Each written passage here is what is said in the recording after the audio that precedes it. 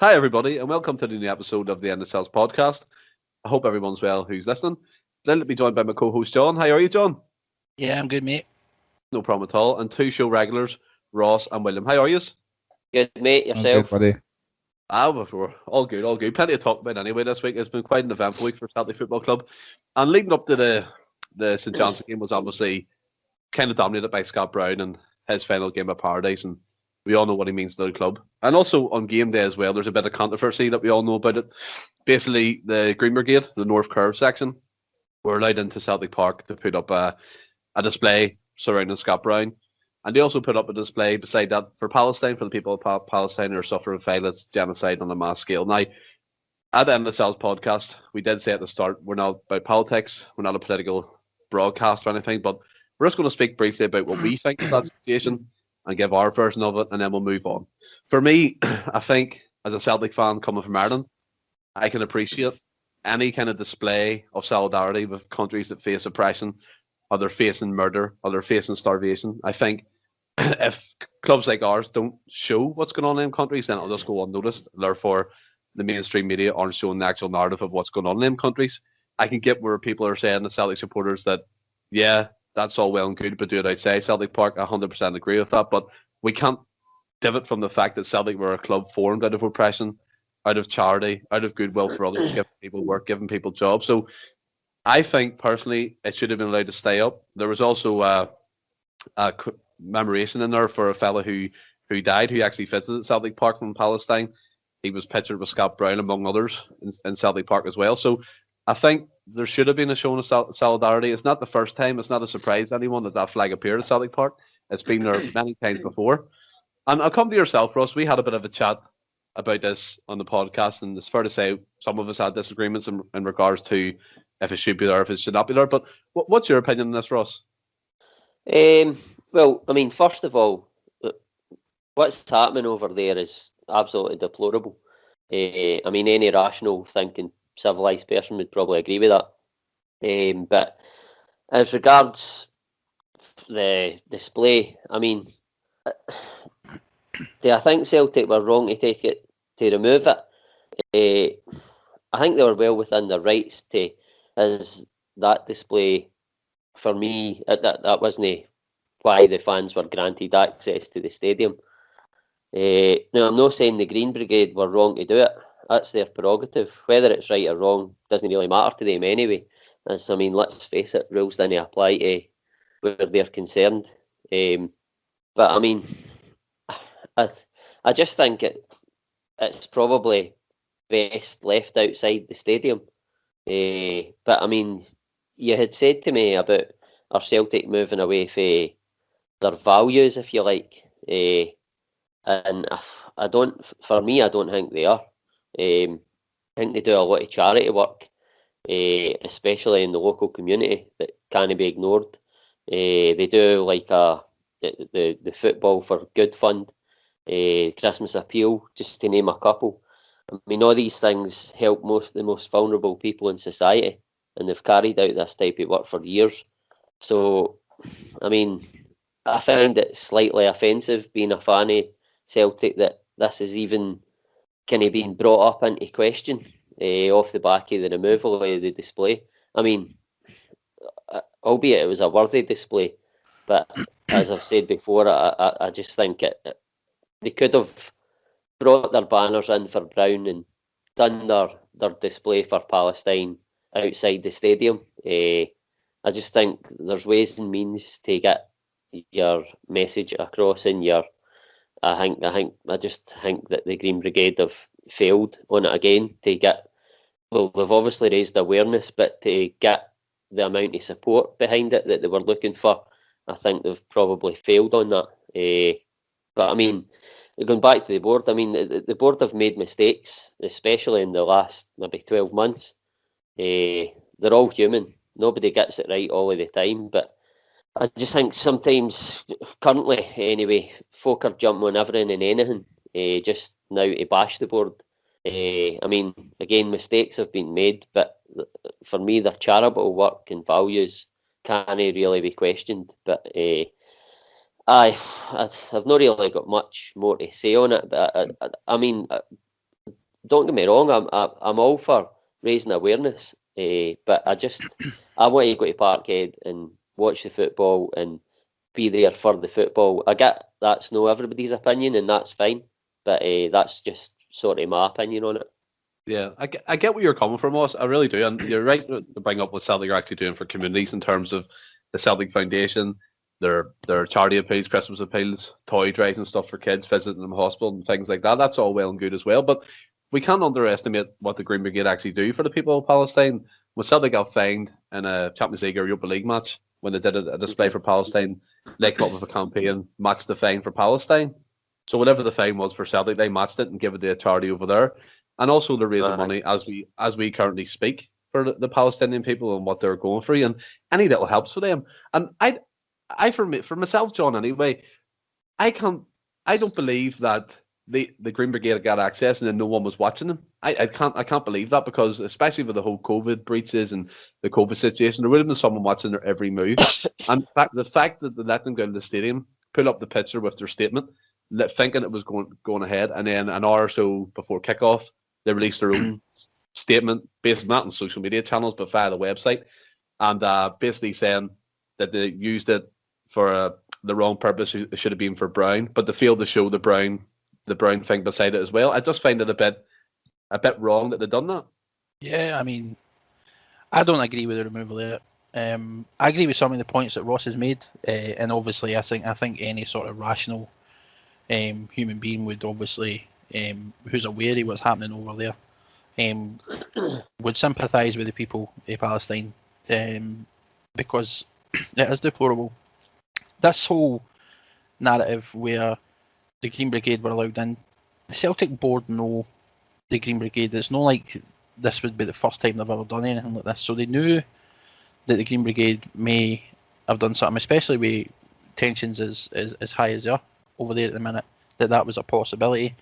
And in fairness to the Green Brigade as well, they did also, along with the Palestinian flags and that sort of that tribute to the Palestinian refugee who's passed, they put up a big thank you for Scott Brown as well. It wasn't just solely a political thing. They paid tribute to Scott Brown with a massive display as well.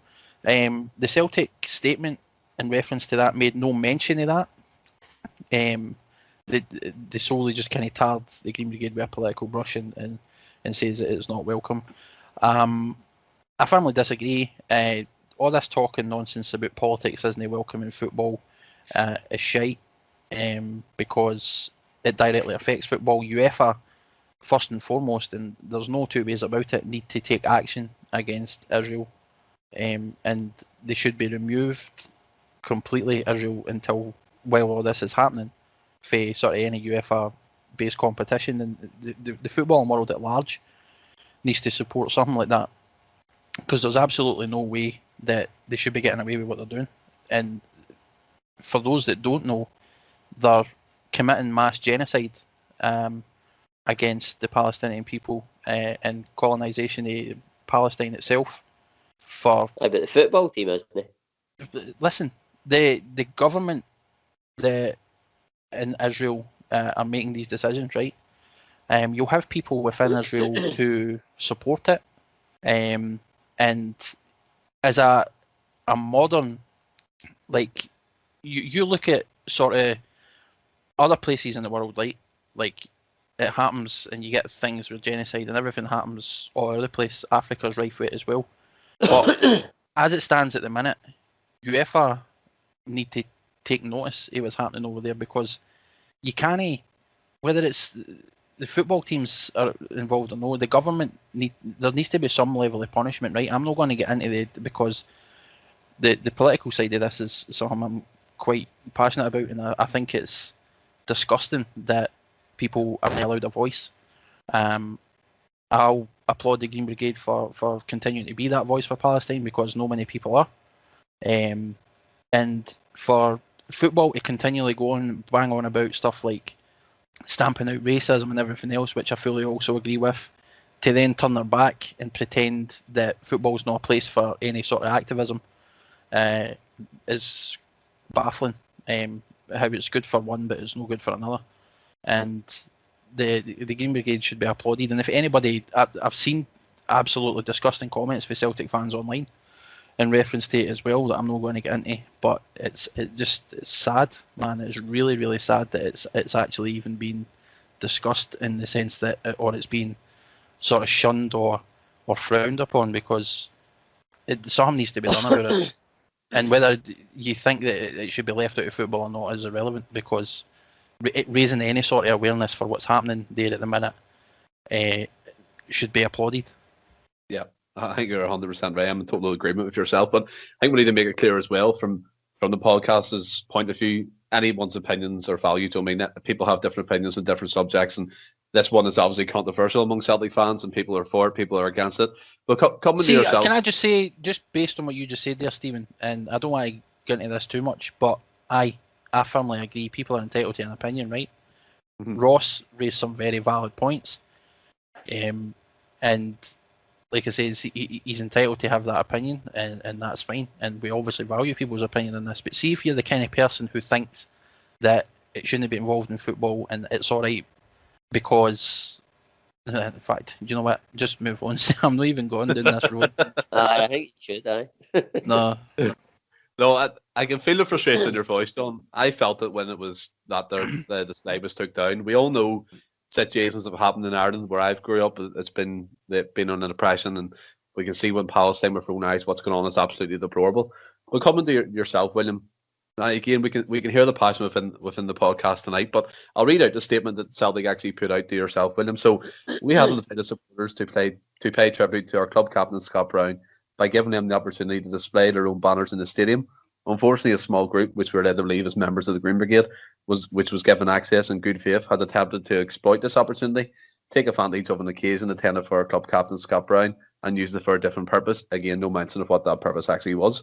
And then to go on to finish the statement by saying, clearly this is unacceptable, and the display was immediately taken down by the club. Now, from my point of view, them two lines at the bottom really irritated me, just by saying it's unacceptable. What's unacceptable about it? By giving people a voice who otherwise wouldn't have a voice within football world or within the politician world as well, and it's immediately taken down by the club. What's your thoughts on this, William? Yeah, I've got the statement in front of me, and I was going to bring up the exact same points you made there.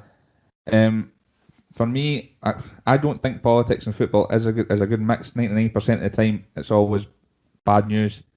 But in saying that, this is just a totally different animal. It's obviously horrendous what's going on. Everybody's touched on it, and I personally thought it was wrong for Celtic. Maybe not the decision to take them down, but it was when I first read that statement, I thought, oh no. Totally agree with you. The last two lines, just Celtic dropping the ball again. And my other point I was going to raise is one you raised, Stephen, is where is that that person within Celtic that's like, surely the Green Brigade aren't getting left on their own. Yeah, to put these things up. Yeah. So how is it get taken for them to put that all up, and then I was an hour before kickoff or so, it's then been brought up and brought to the attention. It's again, I don't know, the board or Celtic in general dropping the ball. They've made this now a massive situation when that could have been kept in house, and we're all clueless to what's going on.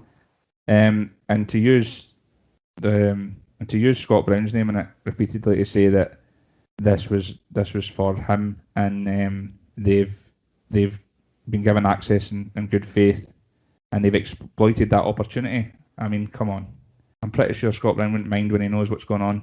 But William, sorry, would you agree that some of the terminology and words we're using in that statement were quite damning, like yes. exploiting? That's what I was going to say. The jargon, and the wording that's been used, definitely 100%. That's when I first read that, I was taken aback. I was like, okay, here we go again. The board have messed up a wee bit here. Like I say, if it was spotted beforehand, it could have all been done in house, and it's not getting out.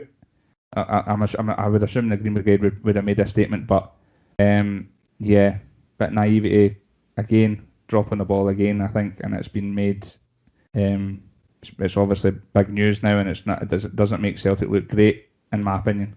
Just to touch on what you said there, William, sorry. I think you made a great point about this, how quick this statement came out and how quick they were to condemn the actions of the Green Brigade. And like you said, the terminology that you used was, especially towards the end of that statement, was ridiculous, because I don't think showing support and giving a voice to an oppressed nation that's currently undergoing mass genocide is unacceptable in any way, shape or form. And again, it should be applauded. But this board is the same board who have been silent all season. They haven't addressed any Celtic fans, any concerns, any questions, other than like these fan forums that we had, but I'm sure we're going to touch on that. But how quick they were to come out with a statement and condemn that. And when they've been so silent the entire season regarding every other matter that's important to Celtic fans and is solely related to the footballing side of things. The instance where, and again, I know this was Scott Brown's final game at Celtic Park, and I'm sure everybody wanted to wish him farewell. I thought it was he got a great send-off, and I don't think the Palestinian flags would have made much difference to that whatsoever. And as you said, I'm sure Scott probably wouldn't have minded either.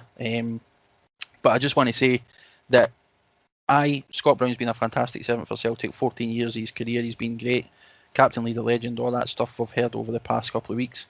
And he's been absolutely fantastic for us, and he'll be sorely missed. But to say that murder of kids, innocent people in another country, like I don't think people truly understand the extent and the actual severity of what's happening over there. They're on the brink of war, and have been for years.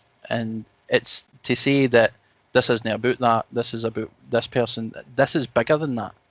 Far bigger than that. That was my point, mate. They were using him. They pretty much used him as a scapegoat to make their statement like okay what they were doing. I mean, the way they used the terminology we're talking. I mean, you could have put it in a way that we didn't feel like this was right to do it here, but we will support any future endeavours, and we can do something outside the statement. You know, just put a twist in it. You didn't need to say this is unacceptable and Exactly. so forth. You know what I mean? Yep. Yeah, I fully agree with that. Yeah, I think us three are on the same page, and obviously Ross out of the group, which is always brilliant to see as well. People disagree with people's opinions. Have you anything to add to what the boys are saying, Ross? No, not really. No, that's fair enough. But there's just one thing I want to end on. It's just a few words, just basically for the people in Palestine. For those who are in love, there's a song that's warm and tender. For those who are oppressed, in song you can't protest. So liberate your minds and give your soul expression. Open up your hearts, and I'll sing this song for you. Let the people sing. Just let them sing.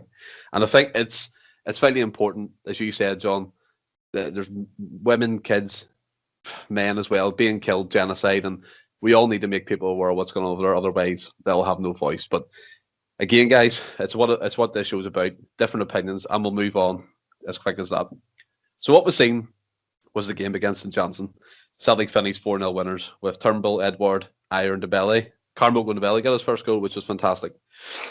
I'll come to yourself, William.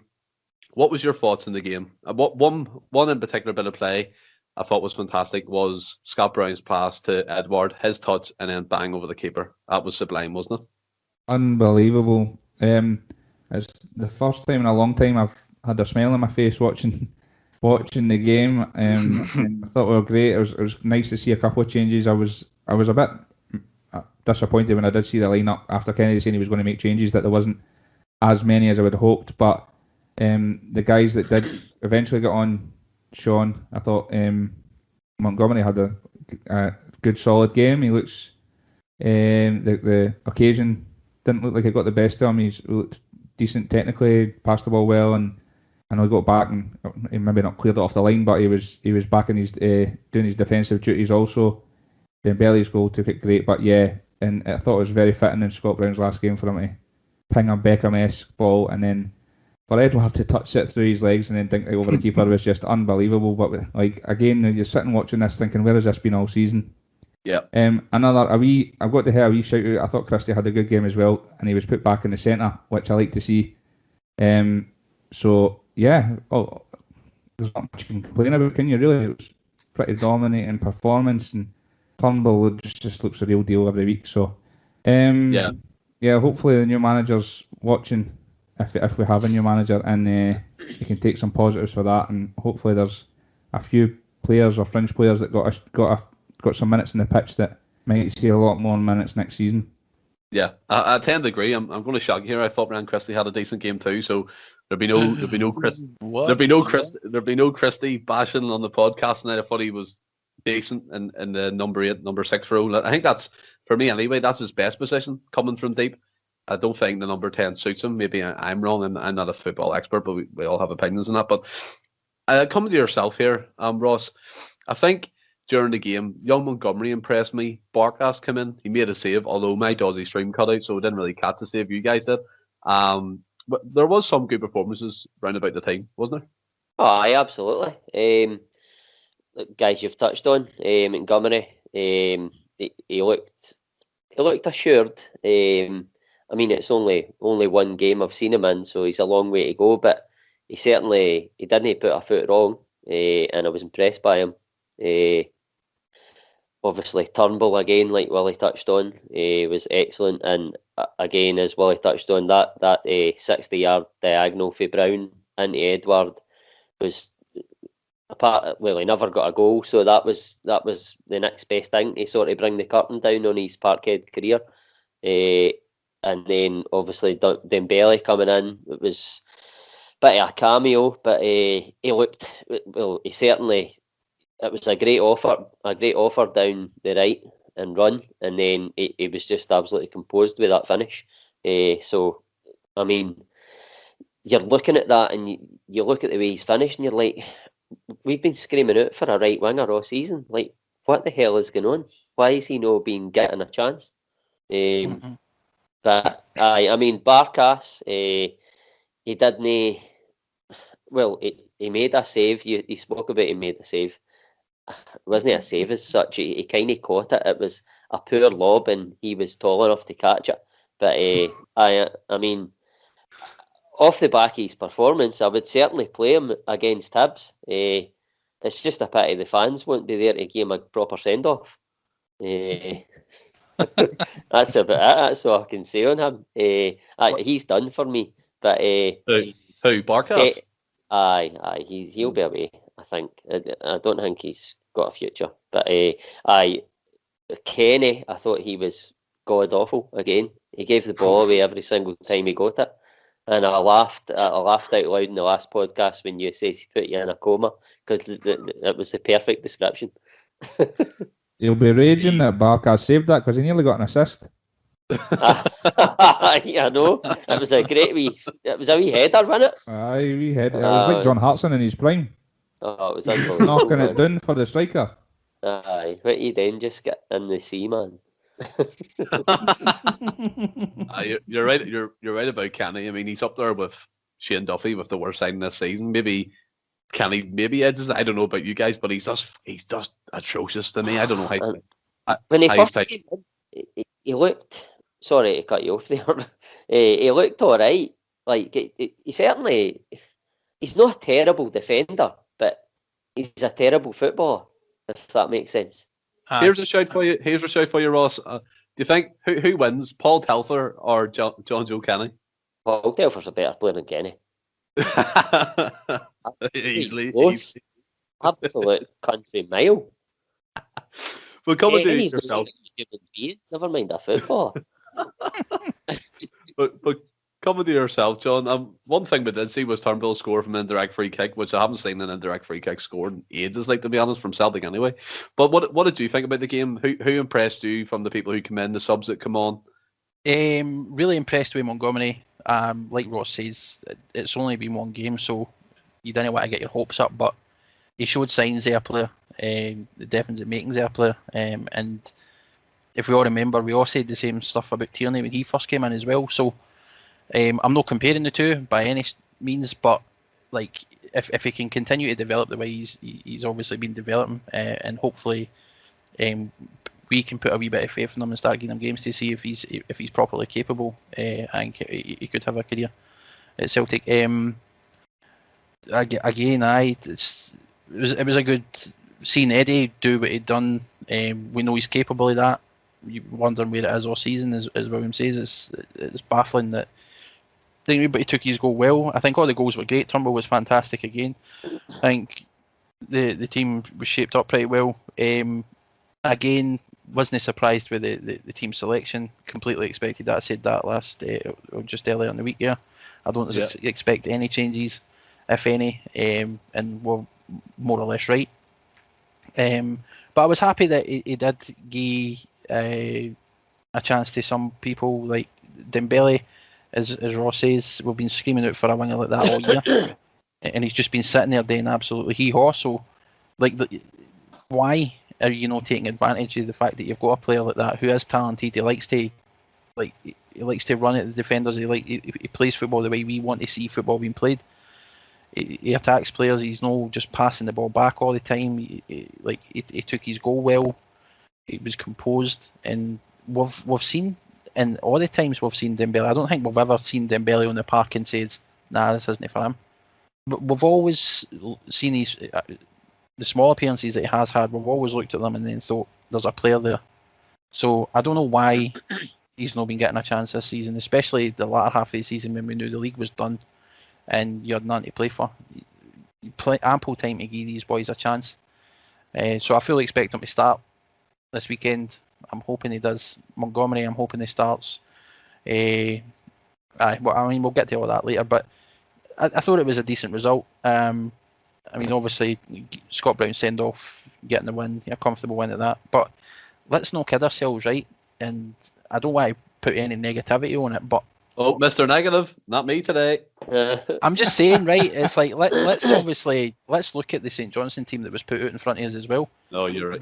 That wasn't their strongest team by any means, and quite rightly so. They've got big cup games and that coming up. They're on course for a domestic double, and the fact that their manager didn't win, the fact that Gerrard's won Manager of the Year is absolutely baffling.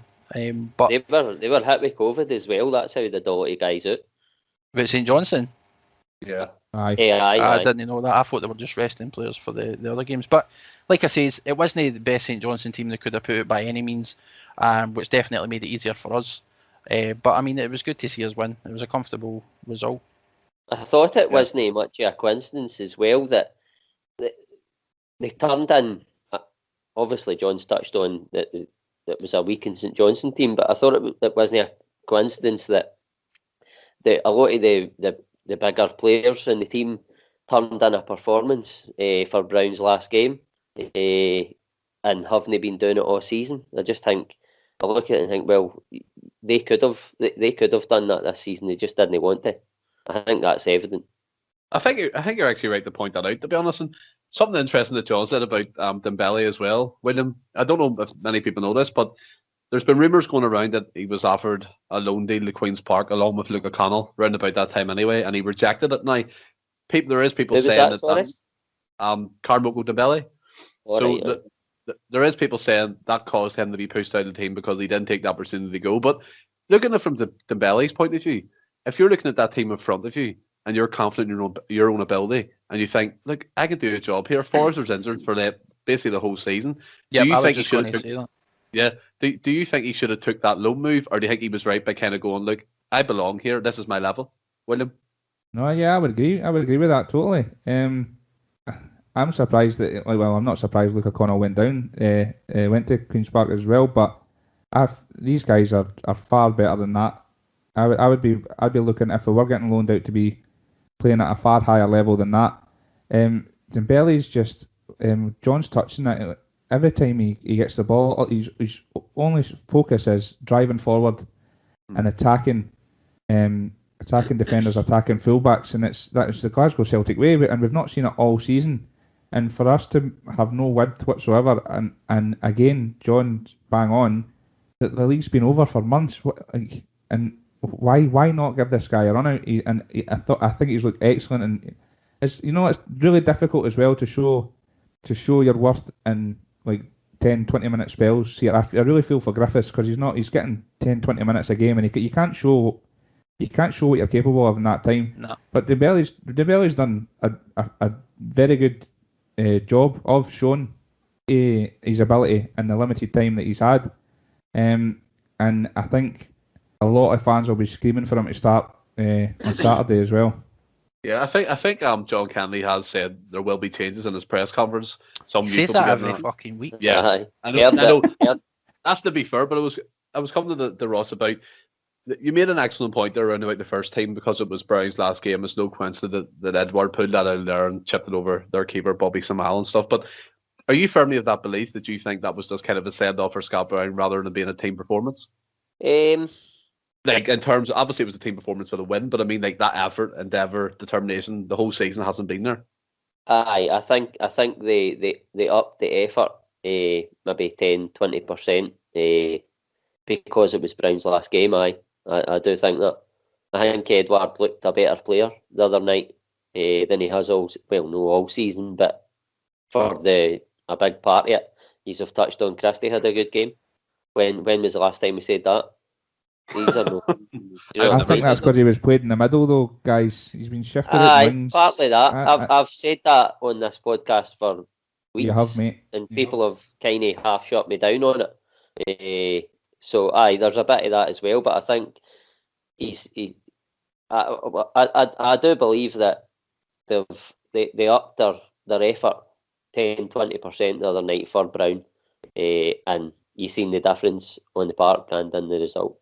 Yeah, I mean, coming to yourself, John. Obviously, it was Scott Brown's send off and things, and there was players in the team that played well, the likes of Montgomery, the likes of Carmel Gundelli coming off the bench. If you're looking forward to next season, obviously we spoke about the rebuild before, but taking out the players who won't be there, the likes of Kenny, Elanusi, and things like that, and this is all determinants like players like Iron all stay.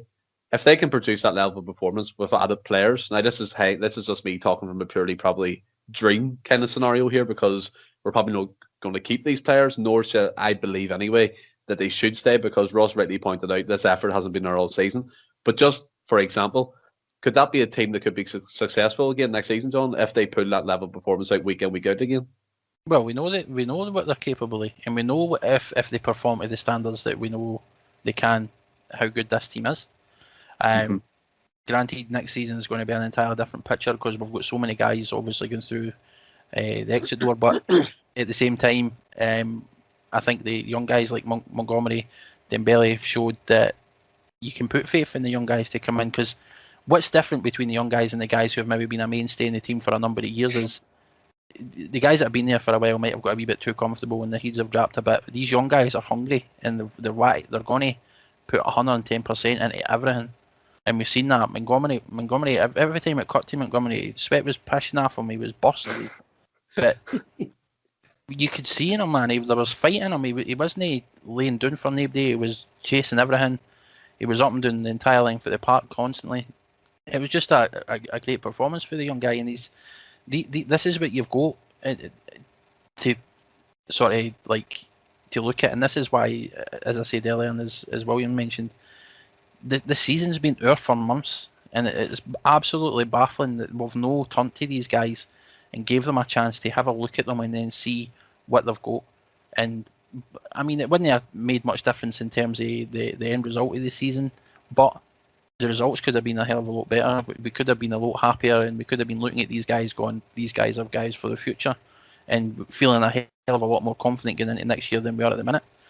So I think that and I'm confident when Eddie comes in,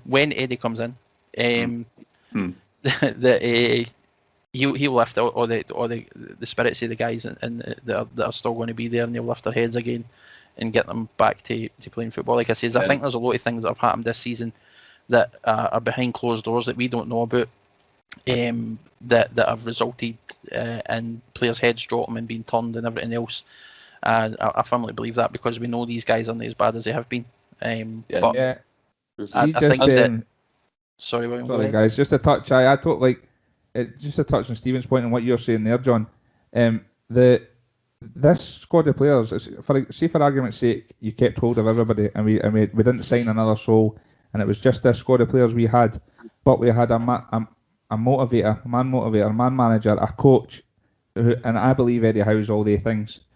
If you didn't sign another soul, hands down, if with the right motivation, that team could win everything again next year. No Easy. doubt in my mind. 100% It's the same team. agree. The only player that we've lost from last year, I think, was Big Fraser Foster, and we've actually added to the team, if I'm not mistaken. All this season, the carry on that's went on, it's exactly what John's saying. Heads down. There's no motivation. The coaching's not there. There's no plan B. If you've got the right man in charge, we can win a lot again. No doubt in my Sign a mind. goalie, but let's sign a goalie. And John, you mentioned there, you mentioned there the spirits of the team. But speaking of spirits, when's the last orders at the pub down your way? So we're gonna ask your mate again when how's going to be introduced as Celtic manager. Oh, you really gone there? Is that the route you're taking? No. Is it? But right, moving on quite quickly. Right, I want to give a big shout out to Stephen Welch after his performance against Rangers, which was a lot left to be desired anyway when he got turned inside by a 39-year-old man, Jermaine Defoe. But I thought he handled Chris Kane quite well. Can I just say this? And I'm pretty sure I can I- commented on this. In Welsh's defence, right? Defoe might be an old guy, but he's in footballing terms, aye. But he's not old, right? He's still an experienced player, a very experienced player. And you've seen what he done to Welsh. Welsh, it's not that he got turned inside out because he's not good enough. It's inexperience, and Defoe taking advantage of his experience. So I think people have been a wee bit too hard on Welsh for being turned the way he did. Because Can I add to that, John? Sorry. I You go ahead. finished? I was just going to say, like, he did get turned and he did get done, but I mean, you've got to take into account that Defoe had been on the park maybe 10 minutes, and Aye, that Welsh as well. played Well, a look fresh, grueling aye. 90 minutes, probably 60, 70 minutes, I can't mind exactly. Celtic were playing with 10 men, and for most of the second half, they were chasing after the ball, and it is a lot harder work chasing after the ball than it has been on the ball. So he was fatigued as well. You've got to take that into account. I'm no, like, he did get done, but you've got, there's factors, we've said that before, mitigating factors, but I didn't read too much into that. Defoe has been a top class operator his whole career, and he's still learning. Plus, he was shattered. So I think it's fair to say I ruffled a few fellas there. Wow, I was only saying it. I was just giving him praise that he had a good performance against a physical striker like Chris Kane. it was a backhanded compliment. I was actually going to jump in as well, Stephen, but I think you've had enough, so I'll just leave it there. William, you can jump in if you agree with me. If not, you can. Well, no money joking. No, but so we've seen the game finished 4-0, basically the end of Scott Brown at Parkhead at Celtic Park, and I cut to his interview. Basically, does Brown style.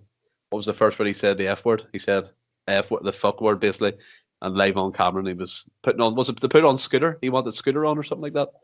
Just put Scooter on. Fuck me. but coming to yourself, William. For me, that does summarise the Scott Brown. He's a guy's guy. He's a friend. He'd be a great friend, great crack, and great laugh down the bar as well with the stories he's had at Celtic in his football career. But if you look at them pictures that Celtic put up, and with him in an empty Celtic Park, all dark and gloomy, and it just for me, it just looked like for me they'll be iconic photos. But the moment you want the fans in there and you want them the Brown to walk around and get the cheers of the fans, and I'm pretty sure there would have been 60,000 in there easy. It would have been so loud, no matter what way the season turned out, either winning it, and as we know now, we haven't won anything, but it still would have been 60,000 people there, people singing his name, doing the Brownie and stuff. And I just thought that the photos were, I mean, there will be iconic photos, but just seeing that empty stadium round it was a wee bit eerie, wasn't it? Yeah, it was quite emotional actually. Just to touch on the interview, that's the best thing I've ever seen on telly. His interview.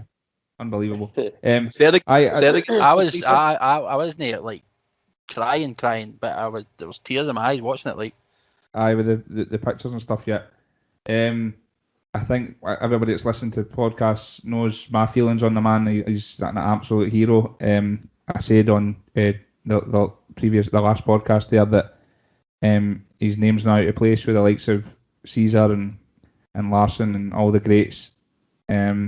It was a bit more emotional than I thought it would be. It is a shame that we've not got the fans there to send them off, and I don't think he will get that. He's had his testimonial and stuff. I know there's been things all over social media saying hopefully he gets a charity match or so, but he's had his testimonial, and I thought it was a really fitting way for him to go. It was really, really nice, and the outpourings and the messages and the videos and everything across social media. Social media can be a very, very horrible, disgusting place, but when you see stuff like that, it kind of reminds you of the good stuff. And I thought it was very, very fitting. And I mean, it's all down to him. What he's done and what he's achieved, it's just incredible. He'll be sorely missed. I really, really hope he's back one day. I'm sure he will be. Yeah, I think it was an emotional time. Obviously, you're watching it. For me, anyway, growing up at 26, so he's probably the captain. He is the captain that I've known Celtic basically all my life for. I can remember far back as Neil Lennon, Paul Lambert, them types of players. But this fella's been at Celtic for 14 years, lived and breathed Celtic, won numerous trophies. He's done iconic things, celebrating tackles, doing the Bruni, the events and that, which still goes on to this day and will be for years to come every time he comes back to Celtic Park, and we'll probably be doing it in the stands when he's not there as well.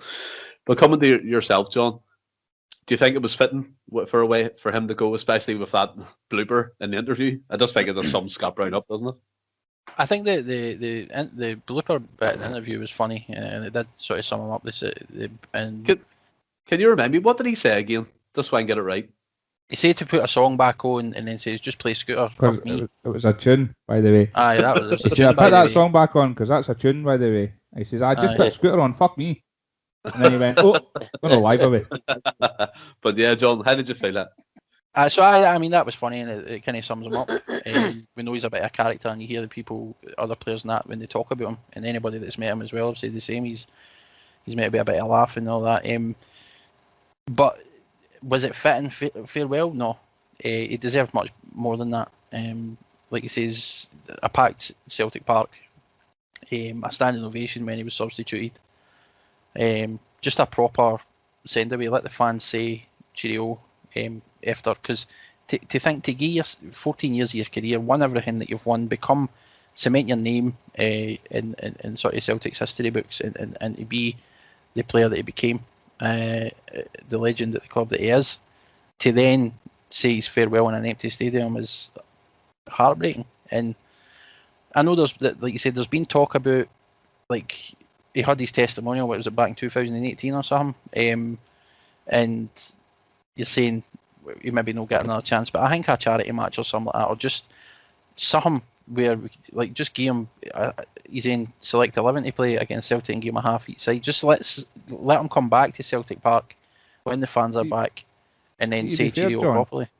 John, he's going to be back with Aberdeen next year. I'm pretty sure he's going to get a rousing applause and a rousing. I think he can maybe get what we're looking for there, because I would imagine that the fans are back in the stadium at that point, and no doubt that he'll get the ovation that he and the goodbye that he deserves.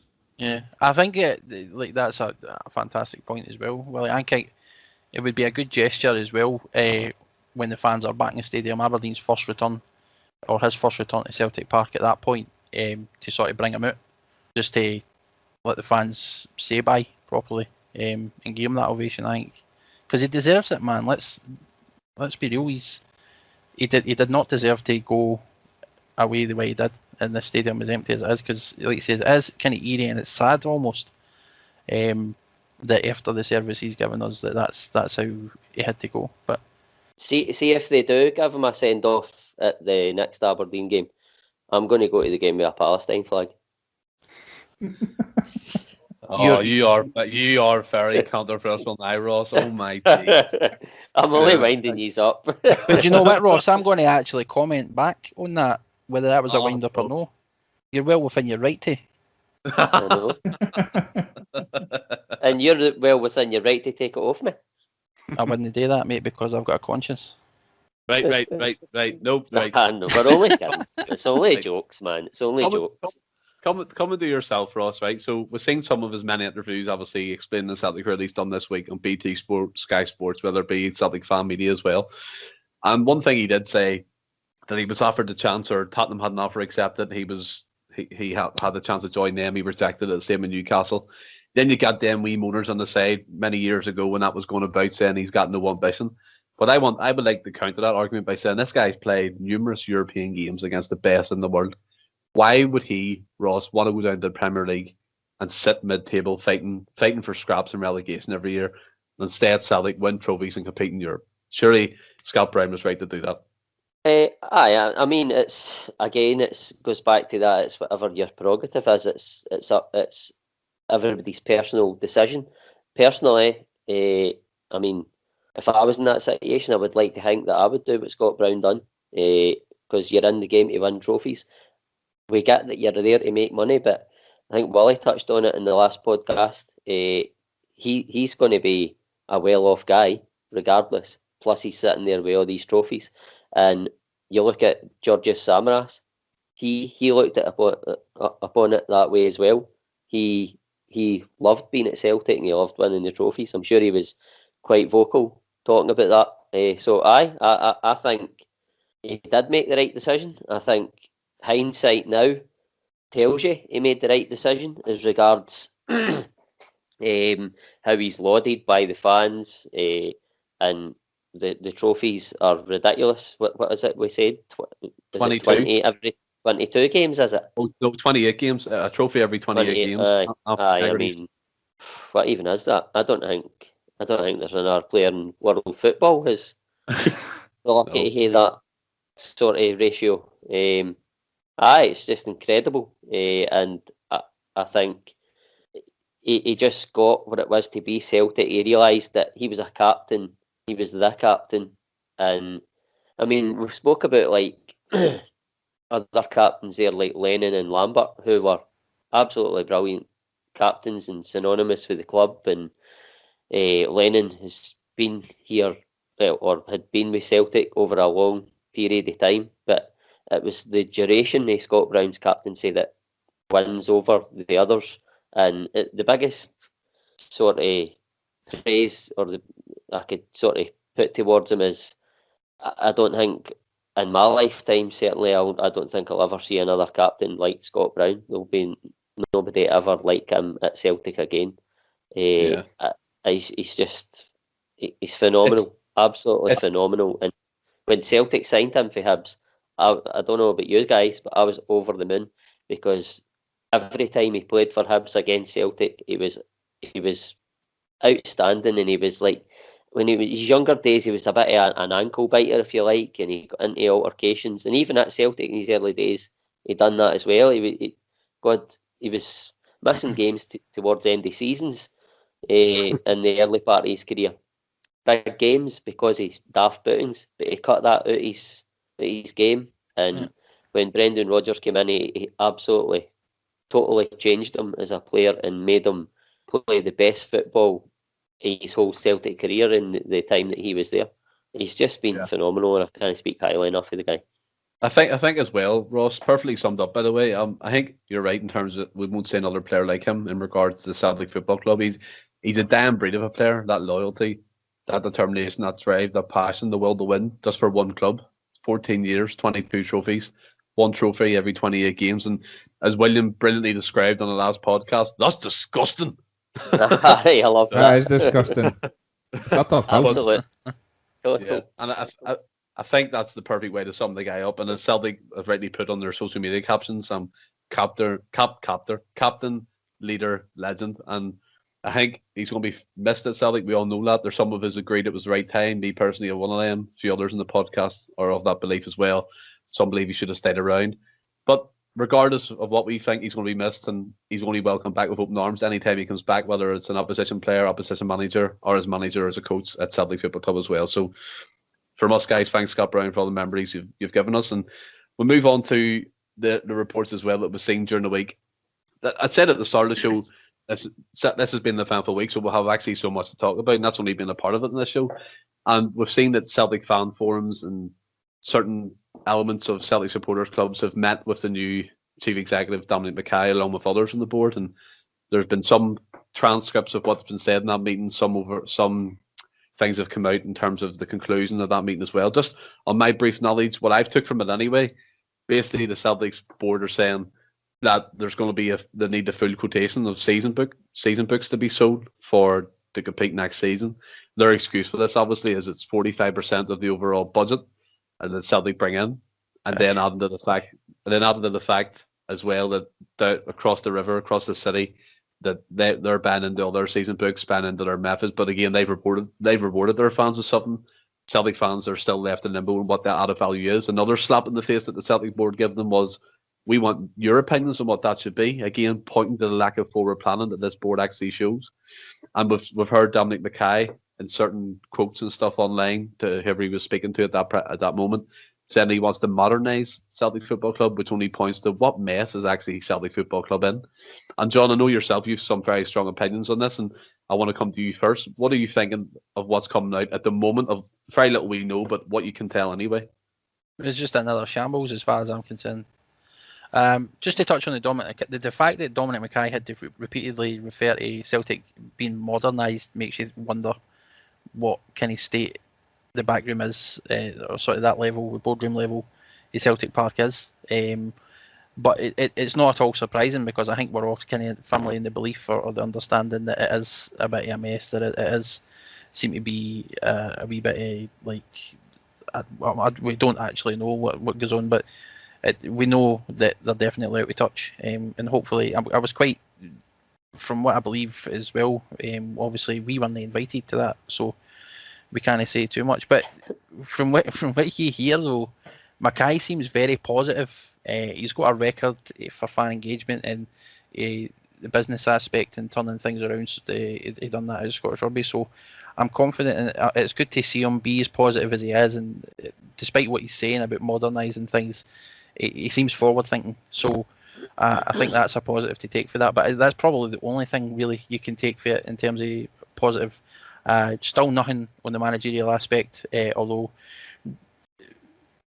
I think that it's pretty much set in stone at this point. It's just a matter of when, as I keep saying. The season issue though, that, and again I apologise for the language I use sometimes, but it's pish, absolute pish.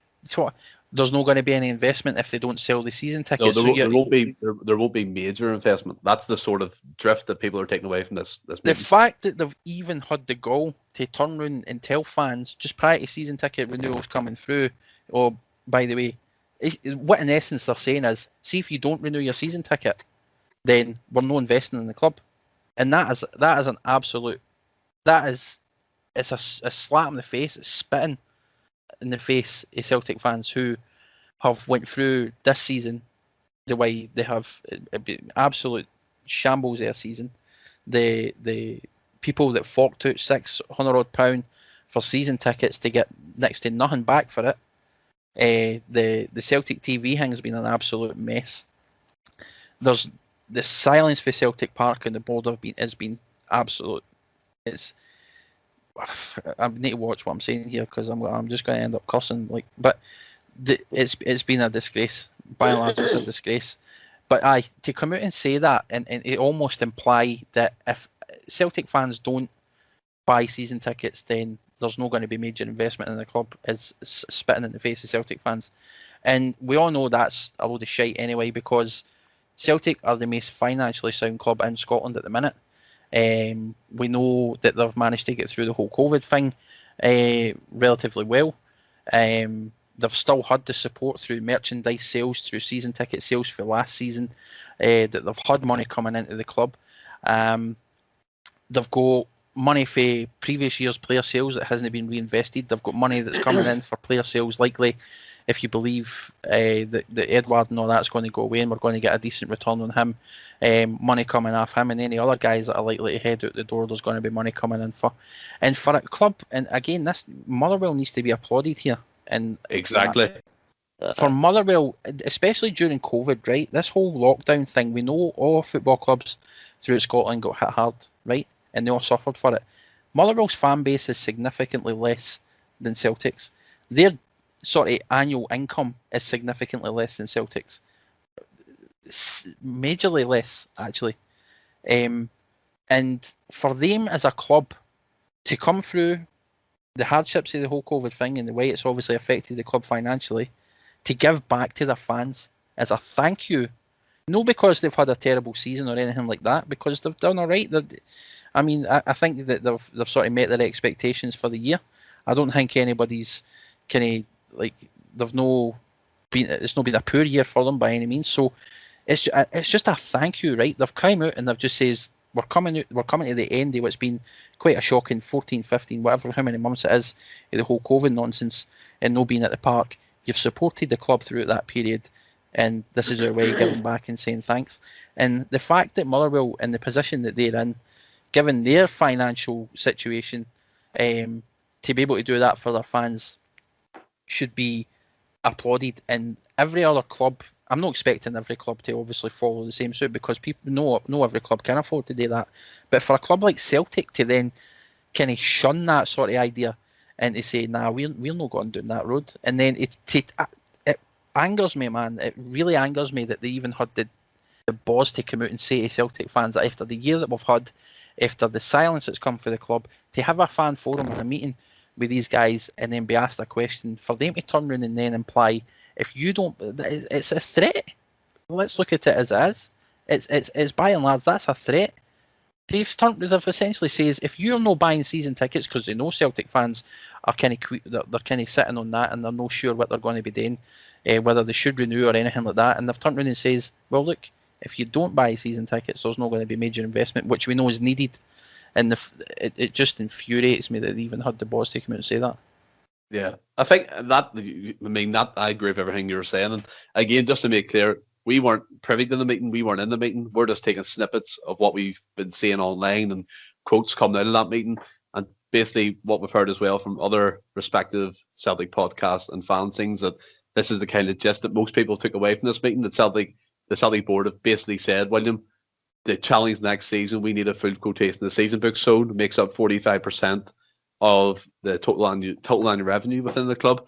And John rightly said they're financially sound. We should be anyway. And Motherwell can hand out a season book for free as a thank you, a token gesture to their fans for what they've been through this season, not expecting them to dip their hand in their pocket. Another name that came from that meeting, William, as well, was from Brian Wilson, a director at Celtic. And according to many people who's been there, he kept saying, we have to take the positives from this season. Again, what positives? There's been no positives from a Celtic fan's point of view. I really think this board is on eggshells, literal tender hooks, if they're not careful. Now, as John said, it looks as a threat. Now, I'm not going to be as harsh as that. I think maybe emotional blackmail, whatever you want to call it, that's the type of road I'm looking at them going down. They're trying to make the fans part with their hard-earned money. And we have to remember as well, there are certain households that have to buy free season books at like 1,500 quid. And then you go up again, there's season books at 1,000, 2,000 for corporate and things. So William, what's your opinion on this? Because I'm with John on this one, and we very rarely agree with each other. He'll say that himself, but I think it's a total disgrace from Celtic point of view anyway. Yeah, it's every point you're making is I totally agree. I like you say, we've not heard much out from it, but from what I hear, it's everything I was expecting. They didn't approach any subjects we'd actually want to. If you're having a fan forum, I'd like to approach the subjects that the fans want to know about, i.e. the managerial situation and season books going forward and stuff. But to hear the things is just, I mean, we talk about how the board need to be careful. The relationship's already broken for me at this moment in time. There's no trust. The communication's ridiculous. And yeah, my point was going to be that if they're asking us as fans to dip our hands in our pockets yet again, when there's season tickets being bought for last year, nobody's been to one game, you're getting dodgy streams that you can't even log into. And then, yeah, my point was going to be that the likes of Motherwell, we talked about it the other night, unbelievable gesture for them to do that in the times that we're in.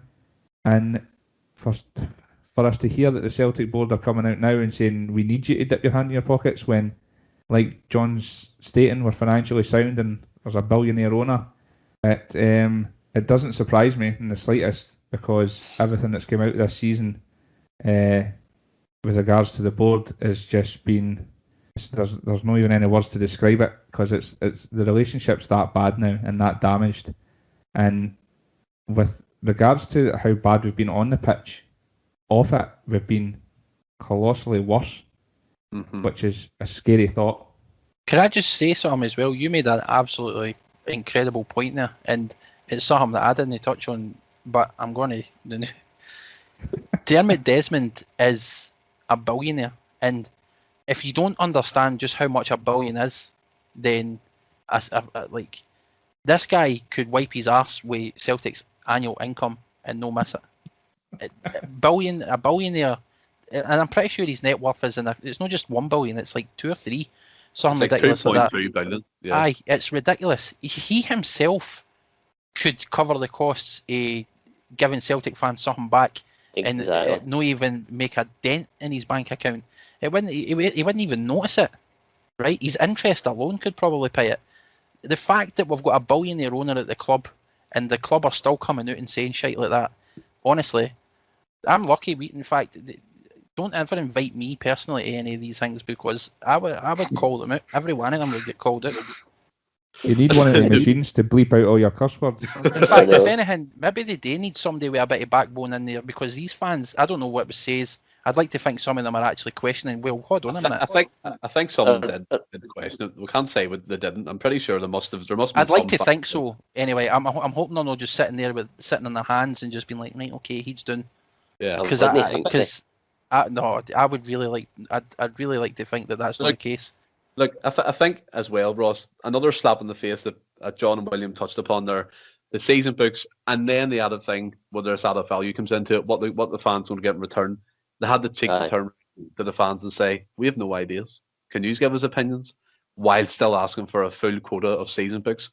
Again, for me, points to the lack of forward planning, the lack of thinking, the lack of understanding the fans, because as William said, the streams that we get are pathetic. They're shocking. The hosts that we've had all season, the commentators, I think we were promised a certain commentator at the start of the season, and he just disappeared, didn't he? I can't remember who it was, but it's like, it's almost like, we'll tell them this to keep them sweet, but it's not even that no more. They're just coming out and blatantly saying it. And I'm pretty sure we've seen Manchester United fans going buck mad at the Glazers. I'm pretty sure something like that at Celtic's going to happen if this doesn't change quickly.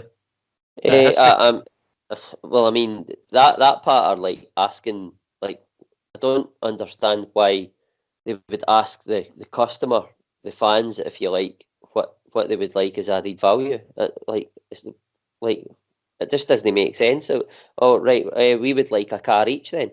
It's just crazy, man. It's like, just make a decision.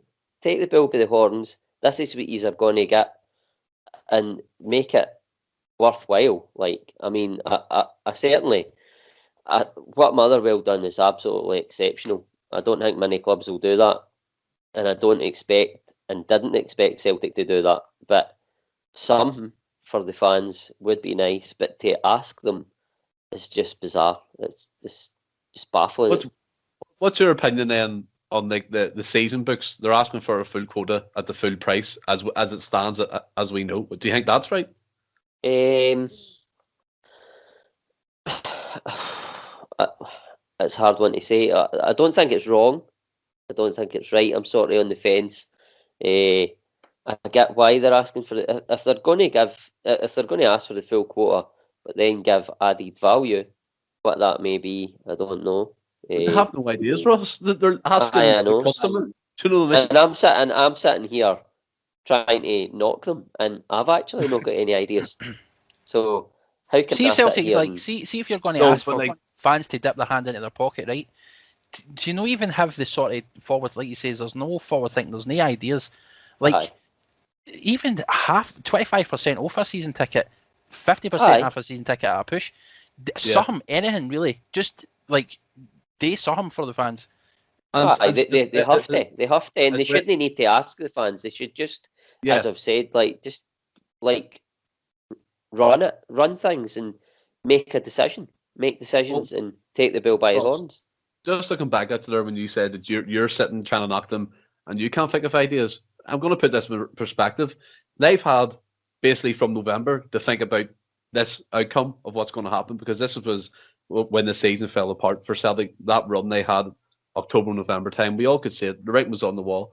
I don't buy the fact that these professionals, Peter Lawwell getting paid £3 million of a bonus, which is an absolute joke, and they can't come up with an idea as simple as John said. Look, we don't know what the added value would be, but what we're prepared to do, 25% off season books, give you 50% off the club shop for the new kit coming out. And it's something as simple as that. I mean, Aye. Just I pick mean, after players. I wasn't defending them there. I was basically saying, like, I can't think in and I'm trying to knock them. I wasn't Take it after defending the them. players. I just say to the players, you've been an absolute shambles this season. They deserve more. You can pay their books. There's not even been an apology for how shite they've been this year. No. Just get Conor McGregor in. Fuck it, he'll pay for it all. Right. Headphones are off. I'm awake. See it. Right, so you look at this. They're planning to have the season books out middle of May. I think that was around about the date. Maybe not a set date, but we know it's the middle of May. It's meant to be coming out. And John, you know as well as we all do. Maybe not me anyway. You guys do. You think and you know anyway. It'll be anyhow. And I'll come to yourself, Ross, for this, right? But anyway, first of all, so if up until middle of May, if there's no other communication with the board in terms of what they're going to change for next season, right? In terms of added value, they've come up with a new innovative idea that Dominic Mackay is going to introduce. That's going to bring the fans together, bring them closer together. Now, this is without a manager, right? So this is the best case scenario when the season books come out, if the board come back with a plan. But if there's no communication up until the middle of May, and it's the same as we're getting now with no forward planning, no announcements of who's coming in, would you as a fan still, now if you can't afford it or you can't afford it, we'll have to take into consideration other people's things as well, would you as a fan be comfortable paying that £600 not knowing where the club's going? If I could afford it, I would. I would still situation you're in now. Situation I'm in now. I want it from a personal point of view, as I said, like you have to take in the people's different financial outcomes and stuff. I mean, me personally, I would, as a fan, I would like them to give some added value, take a percentage off it. But if they didn't, I would still pay it. My wife might have something to say about it, but I would still pay it because it's the hope. It's they want to be there. If we turn it around and we start doing what we're doing, we're winning trophies. I want to be there for that, and I want to experience it. I want to take it in, and I want to rub it into them and be there rubbing it into them. So I think that every penny to do that is worth it, to be there to watch Celtic win. I get that, right? It's the fear of missing out. It's not everybody's opinion. Aye. Yeah, no, I get that, but I think personally that kind of point of view, your opinion, or kind of plays into the board's hand because they know there's going to be a certain percentage. They know that. Yeah, they know there's going to be a certain percentage of Celtic fans that will still pay that money, John. But can you see Ryan come from here as in like fans need to show the power here, as other clubs, their fans have done in England with that Super League thing? Celtic fans need to stand up and make their voice heard. Yeah, no, I agree with that. We do, and I like you mentioned, the Man United fans and the way that they're obviously voicing their feelings on the Glazers, and that is very likely a route. No. Well, I mean, I think sort of protest to an extent is perfectly acceptable. I'm all for protest because it does make a statement and it forces a club to respond. You could do it and hit them financially. We don't obviously want to see, as fans, Celtic in any way lose out financially, but we know they're in a much better financial position. We know the owner's a billionaire. So I think most Celtic fans, knowing where we're going to stand next season, are probably looking at it, as Ross says, in case people start getting let back into stadiums during the course of next season, they want to make sure that their seat's guaranteed.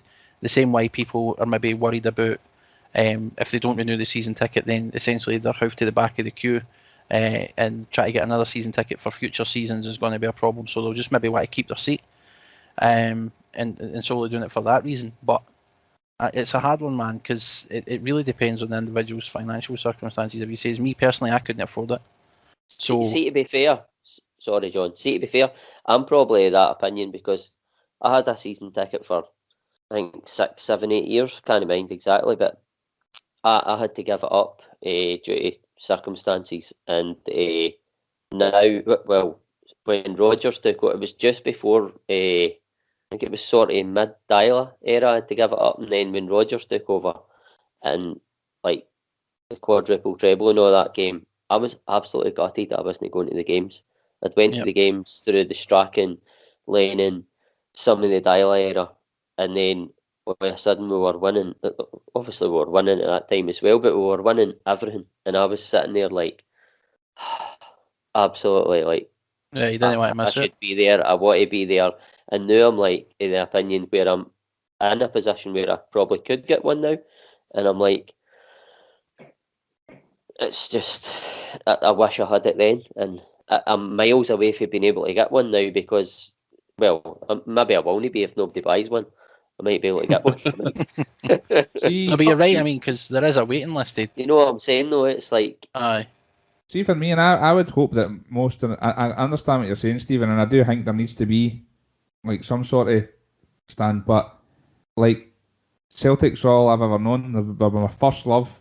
All my greatest memories growing up are to do with this wonderful football club. I couldn't live without them. They'll probably be the last thing I think about before I'm gone. They're my last love as well. So win, lose or draw, I'm going and I'm supporting them. And I don't think it matters what happens out with that. It's just it's inside you and it's instilled in you. So for me, I would be paying the ticket. But No is the matter board what. is the board not taking advantage of William? If Yeah. they know the fans are of that mindset, then that's just them blatantly take advantage of the Celtic support. Yeah, I agree. But like, you can't I can't help the way that I feel about this club, and I'm not. exactly. I can't, like, you know what I mean. I can't. I just couldn't not. I could not have them in my life and not support them and not have that there. Win, and like I say, win, lose or draw. The next manager comes in and doesn't turn around, I'm still going to be here. I'm still going to support them. I'm still going to be cheering them on and chanting. I'm still going to be on this podcast moaning. It's not going to stop me. You know what I mean? It's everything. It's just me. Yeah. Like, I think a lot of fans By are in the the same sort of... way, sorry. No, on you go. I was just going to say, just to give a sort of example of what Willie's saying there, like, and I'm just, that's no disrespect, Stephen, it's just an example, but for every sort of Stephen that decides, I'm not going to go to the games, I'm not going to buy the ticket, you've then, I know you're not, I'm just saying, I'm just using an example, I know you're not saying that. I'm just saying, for every Stephen, for example, right, that says, I'm not going to go to the game, I'm not going to bow to them, you've got a Willie or a Ross that's going to buy the ticket that you don't want, if you like. I'm not saying you don't want the ticket, I'm just using names, I'm just throwing names. I'll say Billy and Joe if you want, maybe no Billy, right enough, but... Look, Ross, I get 100% where you're coming from, right? I'm not saying for 1 second I would ever stop supporting Celtic. Celtic are my first love, my last love. As William rightly said, I support no other team down in England. It's only Celtic for me. But purely where I'm coming from is there has to be a kind of stance took somewhere down the road, because we can see this, but it's like you keep wanting to go and hurt yourself over and over again. Do you know what I mean? You're going in, you see what the board said, these forums, we talk about it on here, and it's a lack of action on both sides, really, because if we stood up, I'm pretty sure that would force the Celtic board's hand. And I'm not a season ticket holder, I put that out there. I can't afford a season ticket. I get over around about 8-9 times a year to watch Celtic play.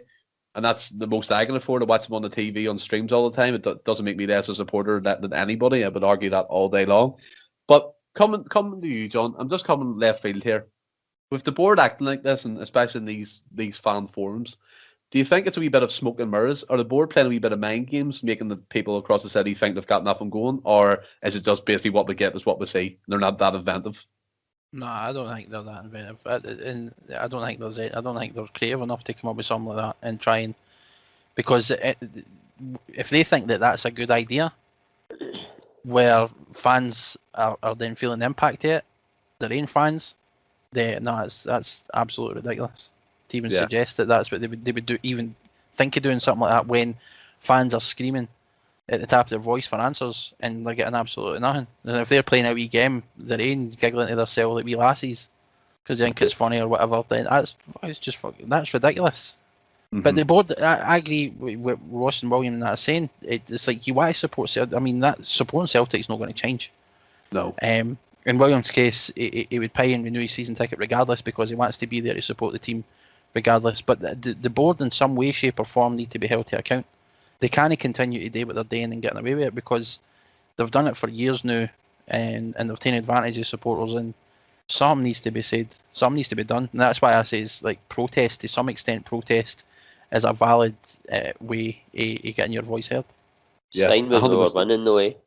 Oh, Well, this is the thing. come on, it's been going on for years. Even when you're winning, right? Like This is the fickle element. No, because even when we're winning, it's like we were winning with Rodgers, but the board still were backhanding stuff with Rodgers at the helm, and it ultimately cost them his position. Fair point. I take your point. Fairly. I think Even- it's been more a shambles off the pitch than it has been on the pitch this year. No, exactly. Oh, it has, aye. And that's saying something. Something needs to Aye. change. Absolutely. Right. Well, speaking about on the pitch, because we could speak about the board all night. I mean, it gets everyone up, gets We everyone couldn't angry. because I'm getting sick yet. well, speaking about the pitch, we look forward to the final game of the season of what's been a horrendous season. And just to plug a new show coming up from us, we're going to be doing an end of season special, in-depth analysis of what went wrong. We can all see it, but we're just going to have a chat about it. All 6 of us are going to be on giving our opinions. There'll be some different opinions in there, so that's something to look forward to. But Celtic are playing Hibs at Easter Road, which is not going to be on TV for some strange reason, but usually away games are. But again, we're going to have to rely on the dodgy streams that we're provided with. We're coming to yourself, William, first. Is this the game?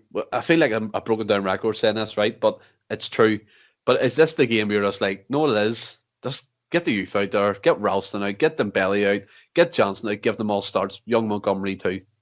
Yeah, maybe. I don't think I would go. I'd make a few changes from Wednesday night, but I'm not so sure I would go with like Sir Ralston and stuff. I would definitely give a few youth players, and there's a few. I'll give you my lineup shortly, but it's actually it just feels like such a relief that we're coming to the end of the season. Like that game on Wednesday night was great. Sit back and you're smiling, and there's no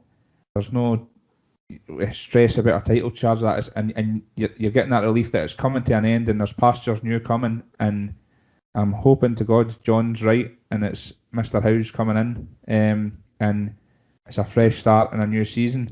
So I'm really looking forward to the game on Saturday, and like I say, just you feel like there's a weight off your shoulders. I feel like there's been a weight on my shoulders for 6 months, and I've been miserable after every game. I'm just relieved that it's coming to an end, and we're going into pastures new. I've just put on weight, William. That's my problem. I've put on loads of weight. But I hear you, brother.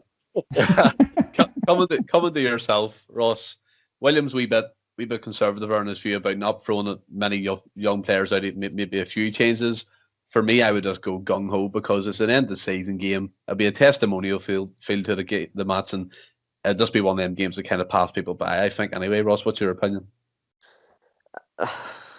I would probably make a few changes. I certainly wouldn't put Ralston in. I don't think there's a place for him at Celtic. I don't think he's anywhere near good enough. He's so bad that I would put Kenny in before him. Wow. I know, wow. My lineup, I would go with Barkas again just for the send-off.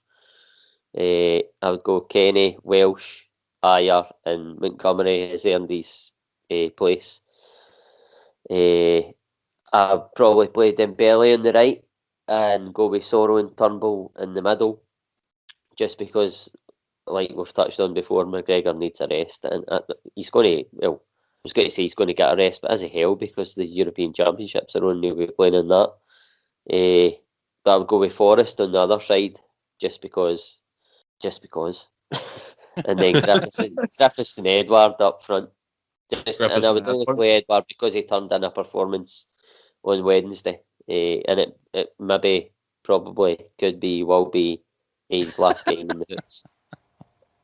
I get you. I think there's a lot of players in that team that will possibly be their last game. We all know the known players are going back. Edward's probably going to go. El Nusi won't be back. I don't see the case for El Nusi coming back, especially if a new manager doesn't want him. I think that's half the problem. Fans see the player, he's playing well, but the new manager might come in, might not fancy him, but we don't know about that. But coming to yourself, John, I didn't even go on to line up predictions yet, but Ross just jumped the gun, so we'll have to. Sorry, I thought you did. But it's all right anyway. It's going to come next. But what about yourself, John? Where are you standing on the team as a whole going into this game? Well, like I have absolutely no faith that Kennedy's got the ideas or creativity to make all the necessary changes. I think it was going to be by and large the same as the St Johnstone game, but I would prefer and like to see just changes across the board. and just because it's the last game. You've absolutely. I mean, why no? Like really, why no? So I'll just keep my line up with now, since Ross done it, and then Yeah, no obviously you problem. can just move on to Willie. But I Tony either up front. Toto up front. Toto up front.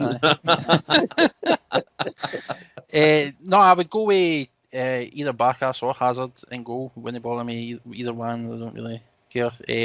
I would play Ralston on the right because again, he can't be any worse than Kenny. Let's be honest. And he's maybe deserving of another chance. Welsh, Ayer, Montgomery, just stick with a 4-4-2 or go. Dembele starting on the right, Sorrow, then Turnbull in the middle, Mikey Johnson on the left, Aye and Griffiths. Nice one. Me myself, I'll just throw mine in, William, and then I'll come to yourself. I would go Barkas, Ralston, Welsh, Ayer, Montgomery again. I'll just keep him in. I would go Sorrow and Brown because Brown's going to play because obviously it's his last game. I would go Dembele on the right, Turnbull through the middle, Johnston on the left. So that's 4-2-3, and then I would go Ayeli up top. That's me. What about yourself, William? I would go with Barkas in the goal. I would put Ayer at right back and play Welsh and Beaton in the middle, and I'd have Montgomery definitely deserved another goal at left back. My midfield three would be Brown, Turnbull and Christie again. Brown's got to play. It's going to be his last game. I would have Dembele on the left, Dembele on the right, Forrest on the left, and I would play Griffiths up front. I think it's catastrophic, and the fact that we've been playing Edward when he's been so subpar, and with the Euros right round the corner, Griffiths is like, I'm a very patriotic Scot, and the fact that he's not been getting football and he might not be going to Euros, I think is a catastrophe. So I would have liked to have seen more of him, and I'm hoping because we've got 3 more spots to go to the Euros that he might grab one of them. So I'm hoping he plays and scores a hat-trick. I agree with you, Willie. I think Scotland have to take him to the Euros regardless of his game time. He's just the guy that gets goals, eh? Aye. And just to do some quick fire score predictions, William, start with yourself. 2-1. I think it'll be a Ross? tight game. Hibs are looking decent, so. What's that? Ross? Score prediction? 2-1 to Celtic, aye. John? 2-0 to Celtic. I'm going 2-0 as well. And guys, that brings us firmly on to the end of the show in terms of the segment, the whole ins and outs of what we covered there. We covered a lot of topics from politics and football, right down to Scott Brown, right down to the last game of the season.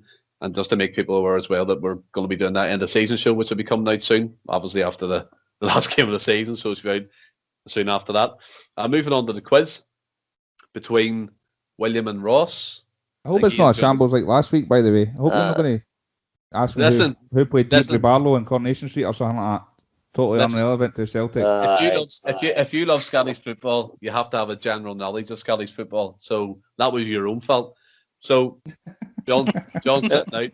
John's going to be refereeing this one in case. I think John should do some more soon. I know, mate. Because I'm not notching up the losses here. I'm not notching up the losses, and I'm fucking catching them up. Are you guys ready? Listen, in my defence, I was doing them all at the start, and I've done about 6, 7 already. So it's time you guys took a. Didn't he have you down as a liar, John? I know. You want to go back and listen to them? In my defence, you should be a defence lawyer because you use that all the time. Listen, you just need to make it clear. Right, guys, quiz time. The show's dragging on now. So, are you guys ready? Yeah. No problem at all. Right, nice and easy. Who did Celtic sign Scott Brown from? Hibs. That was William. 1-0 William. It was William. Ross, don't do this again, man. Oh my God, it's happening again. It is happening again. I said Are you ready? Are you ready? No, I'm not playing. Question number 2. Who was the Celtic manager that signed him? Gordon Strachan. There's 2-0 William. Question number 3. 4.4 million. What was the transfer fee? 4.4 million. I knew you were going to ask that. I actually said that before you asked the question.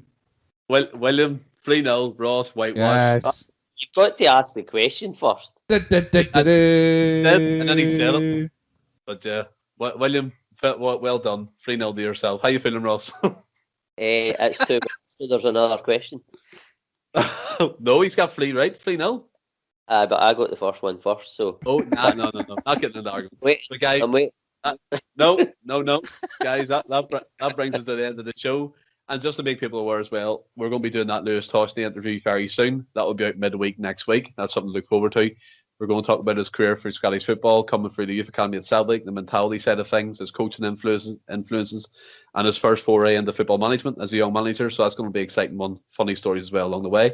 And guys, John, my co-host, thanks for coming on. And to our show regulars, William and Ross, have you all enjoyed it? As always, mate. Enjoyed it very much. Yeah, it's been really good. I thoroughly enjoyed it, as always. No worries at all, lads. Thanks for coming on. And until Tuesday, our regular podcast will be out then. Stay well and keep safe. Hail, hail.